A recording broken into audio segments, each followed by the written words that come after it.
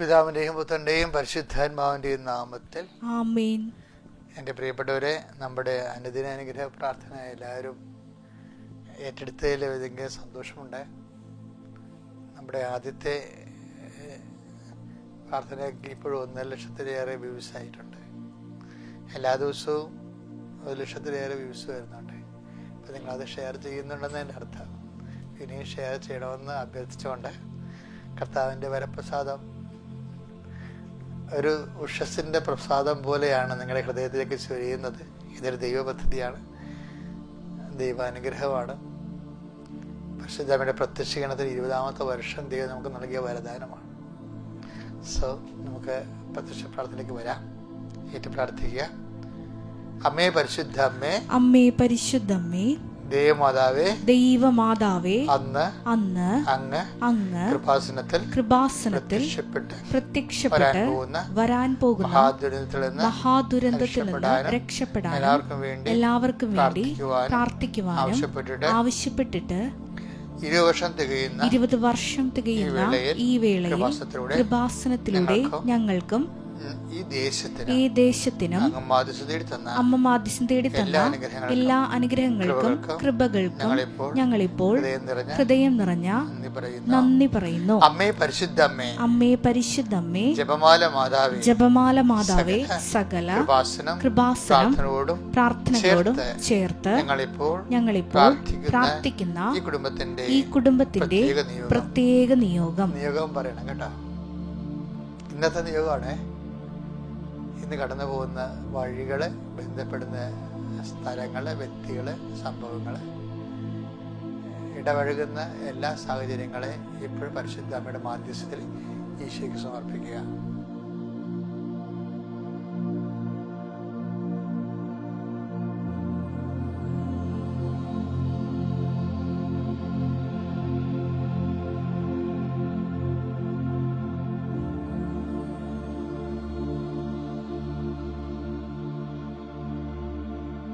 അമ്മയുടെ പ്രത്യക്ഷീകരണത്തിന്റെ ദ്വാദശകവേളയിൽ ഞങ്ങൾക്ക് സാധിച്ചു തരുവാൻ കനിയണമേ. വിശ്വാസ പ്രമാണം. സർവശക്തനായ പിതാവും ആകാശത്തിന്റെയും ഭൂമിയുടെയും സൃഷ്ടാവുമായ ദൈവത്തിൽ ഞാൻ വിശ്വസിക്കുന്നു.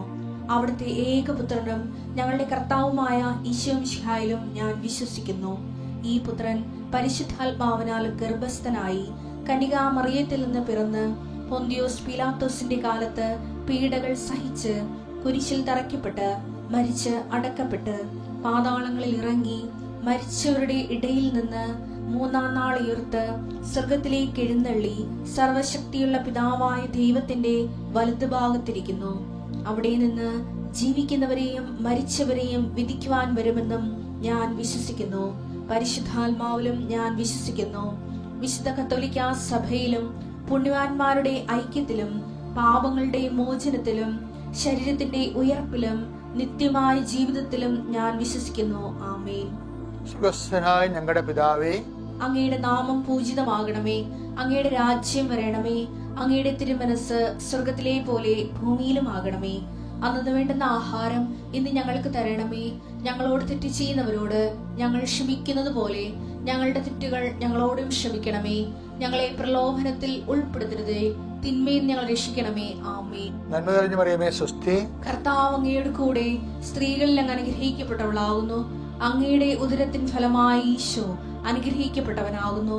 പരിശുദ്ധ മറിയമേ, തമ്പുരാന്റെ അമ്മേ, പാപികളായ ഞങ്ങൾക്ക് വേണ്ടി ഇപ്പോഴും ഞങ്ങളുടെ മരണസമയത്തും തമ്പുരാനോട് അപേക്ഷിക്കണമേ. ആമേൻ. എൻ്റെ പ്രിയപ്പെട്ടവരെ, ഇന്ന് കർത്താവിൻ്റെ ദിവസം, വെള്ളിയാഴ്ചയാണ്, നവംബർ 22-ാം തീയതി. ഇപ്പം നമ്മൾ ഇന്ന് കണ്ടുമുട്ടുന്ന എല്ലാ വ്യക്തികളിലും കർത്താവിൻ്റെ കൃപ ചൊരിഞ്ഞു നിൽക്കണം. നിങ്ങൾ എനിക്കൊരു ആശീർവാദമായിരിക്കും. എബ്രാഹത്തിന് കൊടുത്ത വിശ്വാസി എന്ന് പറയുന്നതാണ് എബ്രാഹാം. നമ്മളിൽ എല്ലാവരും എബ്രാഹാം ജീവിക്കുന്നുണ്ട്. whenever you believe you became Abraham. Abraham എന്താണ്? ദൈവത്തിൻ്റെ അനവധിയായ വാഗ്ദാനങ്ങൾക്ക് അർഹനായ ആളാണ് എബ്രാഹാം. എബ്രാഹാം എന്ന് പറയുന്നത് ആരാണ്? വിശ്വാസത്തിന് വേണ്ടി ദൈവതിരുസന്നിധിയിൽ വചനം നിറവേറ്റാൻ ഏതറ്റ കൈ ചെയ്യാവുന്ന ഒരു വ്യക്തി പ്രാഭവത്തിൻ്റെ പേരാണ് Abraham. When we believe we become Abraham. നമ്മൾ ദൈവത്തിൻ്റെ വചനത്തിൽ വിശ്വസിക്കുന്ന ആ നിമിഷം മുതൽ നമ്മൾ എബ്രാഹാം ആവും. അപ്പോൾ എബ്രാഹത്തിന് കൊടുത്ത ഫസ്റ്റ് പ്രോമിസ് എന്താണ്? You will be a blessing to the entire universe. നീ ഈ ഒരു വലിയ അനുഗ്രഹമായിരിക്കും ജനങ്ങൾക്ക്. വിശ്വസിക്കുന്ന എല്ലാവർക്കും അനുഗ്രഹമാണ്. കർത്താവെ, അങ്ങയുടെ മക്കള് ഈ നിമിഷം അങ്ങയുടെ നാമത്തിൽ പ്രാർത്ഥിക്കണം.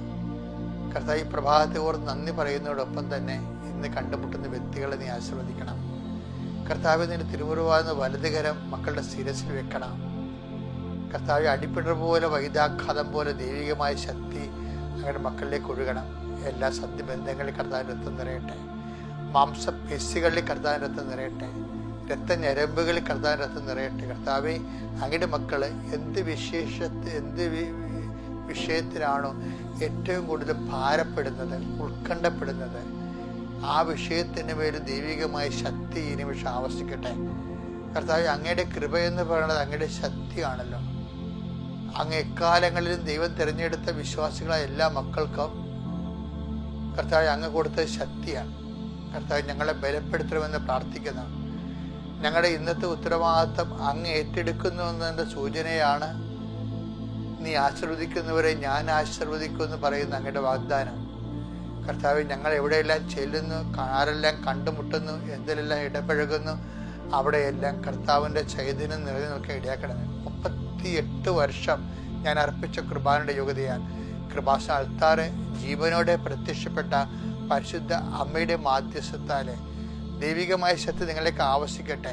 നിങ്ങളുടെ സംസാരങ്ങൾ, ചിന്തകൾ, കേൾവികൾ, നിങ്ങളുടെ വിശ്രമങ്ങളിൽ പോലും കർത്താവിൻ്റെ ശക്തി നിറഞ്ഞു നിൽക്കട്ടെ. നിങ്ങൾ ഉണർന്നു വരുന്ന സമയങ്ങളിലെല്ലാം കർത്താവിൻ്റെ കൃപ നിങ്ങളിലേക്ക് ആവശ്യിക്കട്ടെ. കർത്താവെ, നിന്റെ നാമത്തിൽ ഞങ്ങൾ പ്രാർത്ഥിക്കുന്നു. കർത്താവ്, അപ്പോസ്തലന്മാർ നീ അയച്ച അപ്പോസ്തലന്മാരെ പോലെ ഞങ്ങളും കർത്താവ് നിന്റെ നാമത്തിൽ വിശ്വാസത്തിൽ അയക്കപ്പെടുകയാണ് ചെയ്യേ. നീ അയക്കി ചെല്ലുന്ന ഏത് വീട്ടിൽ ചെന്നാലും സമാധാനം ആശംസിക്കാന്ന് അരുളി ചെയ്തപ്പോൾ നിന്റെ നാമത്തിൽ ആരോട് ഞങ്ങൾ സംസാരിക്കുന്നുവോ, ആർക്കെല്ലാം ഞങ്ങൾ ഹൃദയത്തിൽ സമാധാനം അവർക്ക് വരണമെന്ന് ആഗ്രഹിക്കുന്നുവോ അവർക്കെല്ലാം അത് അവകാശമാക്കാനും ഓഹരിയാക്കാനും ദൈവത്തിൻ്റെ പരിശുദ്ധ നിറയട്ടെ. കർത്താവ്, ആശുപത്രിയിൽ കഴിയുന്നവർ, ആശുപത്രിയിലേക്ക് പോകുന്നവർ, ടെസ്റ്റിന് ബ്ലഡ് ടെസ്റ്റിന് കൊടുത്തിട്ടുള്ളവർ, ബയോപ്സിക്ക് കൊടുത്തിട്ടുള്ളവർ, കർത്താവ് എല്ലാവരും നീ ഏറ്റെടുക്കണം. കർത്താവ്, വല്ലപാടും ചത്താ മതിയാന്ന് ചിന്തിച്ച് നടക്കുന്ന ആൾക്കാരുണ്ട് ഈശോയെ. അത്രയ്ക്ക് ഭാരപ്പെട്ട നിമിഷങ്ങളുണ്ട് ഈശോയെ. കടങ്ങൾ വന്നിട്ടുള്ള ആൾക്കാർ, ചതിക്കപ്പെട്ടിട്ടുള്ള ആൾക്കാർ, കർത്താവ് വേദനപ്പെട്ടിട്ട് ആരും സഹായിക്കാനില്ലാതെ കർത്താവ് ഒറ്റപ്പെട്ടു പോയിട്ട് എന്തിനാണ് ഞാനിങ്ങനെ ജീവിക്കണം ചിന്തിച്ചിട്ടുണ്ട് സ്വയമായിട്ട് വെറുപ്പ് തോന്നുന്നവർ എല്ലാവരെയും ഞാൻ അങ്ങനെ തിരുസ്ഥാനം പരിശുദ്ധമേ ദൈവമാതാവേ, യേശുക്രിസ്തുവിൻ്റെ അഭിഷിക്തമായ രക്തം ഞങ്ങൾക്ക് അവകാശമാക്കണ ദൈവപിതാവിൻ്റെ തീരുമാനമാണെങ്കിൽ ആ തീരുമാനത്തിൻ്റെ ശക്തിയാൽ മാരക രോഗങ്ങളും തീരാവേദികളും ജീവദുരിതങ്ങളും യേശുക്രിസ്തു നാമത്തിൽ മാറിപ്പോവുകയും ദൈവത്തിൻ്റെ പരിശുദ്ധാത്മാവ് നിങ്ങളിലേക്ക് ഈ നിമിഷം മുഴുവൻ നിറഞ്ഞു നിൽക്കുകയും നിങ്ങൾ ഉറങ്ങുന്നത് വരെ കർത്താവിൻ്റെ ശക്തിയുടെ സ്ഫുരണങ്ങൾ അനുഭവിക്കാൻ നിത്യം പിതാവും പുത്രൻ പരിശുദ്ധ സർവ്വീശ്വര അങ്ങയോട് പ്രാർത്ഥിക്കുന്നു എന്നേക്കും. ആമേൻ.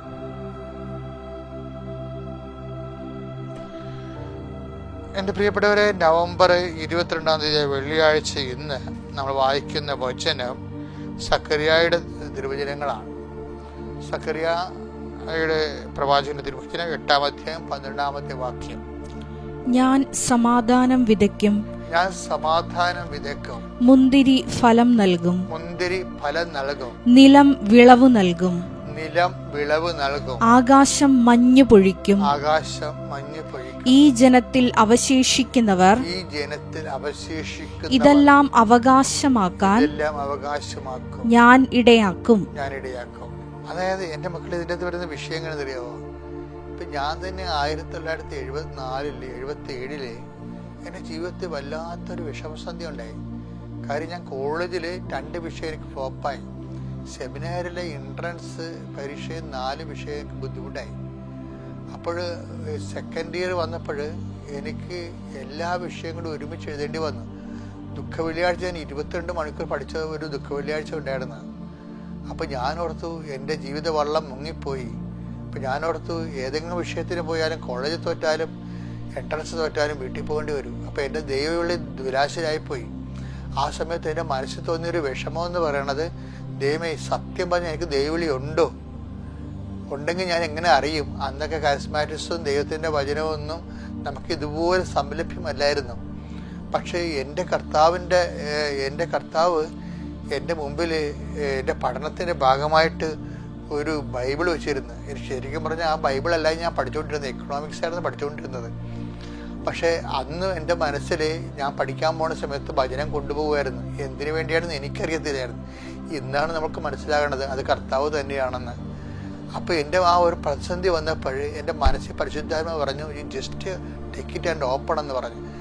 അപ്പോൾ ഞാനൊരു വിശ്വാസപ്രമാണം ചൊല്ലി. ആരും എന്നോടത് പറഞ്ഞതല്ല, വിശ്വാസപ്രമാണം ചെല്ലാൻ വേണ്ടി എൻ്റെ മനസ്സിൽ പരിശുദ്ധാത്മ തോന്നിച്ചതാണ്. ഞാനത് ചൊല്ലിക്കഴിഞ്ഞിട്ട് ഞാനത് ഓപ്പൺ ചെയ്തപ്പോൾ കിട്ടിയ വചനം എന്നറിയാവോ, ജോസഫിനെ ഞാൻ അനുഗ്രഹിക്കുമെന്നാണ്. എൻ്റെ കണ്ണ് നിറഞ്ഞു പോയി. എനിക്ക് വല്ലാത്തൊരു ആന്തരിക അഭിഷേകം വന്നു. അന്ന് അഭിഷേകം എന്ന വാക്കുപോലും ഉപയോഗിക്കാറില്ല കേരള സഭയിൽ, ഒരു സഭയിൽ ഉപയോഗിക്കാറില്ല. അതൊക്കെ പുതിയ ആധ്യാത്മികതയുടെ ജനത്തിൻ്റെ അനുഭവങ്ങളാണ്.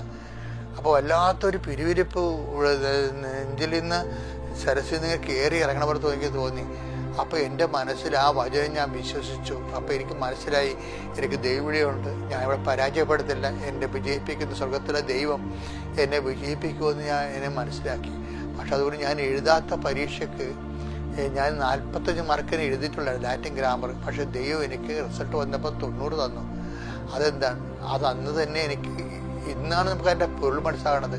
അത് not by merit but by grace. അപ്പോൾ ദൈവം, നിങ്ങൾ ചോദിക്കും ദൈവം വരുന്നവർക്കെല്ലാം ഗ്രേസ് മാർക്ക് കൊടുക്കുമെന്ന്. അങ്ങനെയല്ല എൻ്റെ അർത്ഥം. പോയാൽ പിന്നെ ദൈവം മാത്രമേ നമുക്കുള്ളൂ. അത് നമ്മുടെ യോഗ്യതയെ അടിസ്ഥാനപ്പെടുത്തിയല്ല, ദൈവത്തിൻ്റെ കൃപ. പക്ഷെ ഞാനന്ന് ആ വചനം വിശ്വസിച്ചു. എന്താണ്? ജോസഫിനെ ഞാൻ അനുഗ്രഹിക്കും, മാസം തോറും സൂര്യപ്രകാശത്തെ വിളയുന്ന നല്ല ഫലങ്ങൾ ഞാൻ നിനക്ക് തരുമെന്നൊക്കെ പറഞ്ഞ് മോശ ജോസഫിന് കൊടുക്കുന്ന അനുഗ്രഹങ്ങളാണ്. അപ്പോൾ എൻ്റെ പേര് ചൊല്ലി വിളിച്ചതെന്ന് പറഞ്ഞപ്പോൾ തന്നെ എനിക്ക് മനസ്സിലായി ദൈവത്തിന് എന്നെക്കുറിച്ച് കരുതലുണ്ടെന്ന്. ഞാനാണ് ഇന്ന് ഇവിടെ നിൽക്കുന്നത്, നിങ്ങളോട് സംസാരിക്കുന്നത്. നമ്മൾ എപ്പോഴും ശ്രദ്ധിക്കുക, അവശേഷിക്കുന്നവരെന്ന് പറഞ്ഞാൽ എന്താ? അവശേഷിക്കുന്നവരെ ഞാൻ അനുഗ്രഹിക്കുന്ന പറയണത് ഒരു വലിയ ഒരു പ്രത്യാഘാതമോ ഒരു അഗ്നിപരീക്ഷയോ കഴിഞ്ഞതിന് ശേഷം അവശേഷിക്കുന്ന ഒരു ചുരുക്കമാണ്. നമ്മുടെ ഒരു ജീവിതത്തിലെ ഒരു വലിയ ഒരു അഗ്നിപരീക്ഷയ്ക്ക് ശേഷം വീണ്ടും വിശ്വാസം നമ്മൾ അവശേഷിക്കുകയാണെങ്കിലേ അതിൻ്റെ അർത്ഥം അങ്ങനെ അവശേഷിക്കുന്നവർക്കാണ് വാഗ്ദാനം ദൈവം സഫലമാക്കുന്നത്. അതുകൊണ്ട് എനിക്ക് പറയാനുള്ളൊരു അപേക്ഷയെന്ന് പറയണത്, എന്ത് അഗ്നിപരീക്ഷ ഉണ്ടായാലും ആരെല്ലാം നിങ്ങൾ തള്ളിപ്പറഞ്ഞാലും നിങ്ങൾ ആശ്രയം വെച്ച സ്ഥലത്തു നിന്നെല്ലാം നിങ്ങൾക്ക് പരാജയം ഏറ്റുപേടിച്ചാലും വിശ്വാസം അവശേഷിക്കണം. കർത്താവ് ഉദ്ദേശിക്കണം അത് തന്നെയാണ്. 8:18 നമ്മൾ വായിക്കുന്നുണ്ട് ലൂക്കായുടെ സുവിശേഷത്തിൽ 18:8 എന്താ പറയണത്? എങ്കിലും മനുഷ്യപുത്രൻ വരുമ്പോൾ വിശ്വാസം അവശേഷിക്കുമെന്ന്. അപ്പോൾ അവശേഷിക്കേണ്ട എന്താണ്?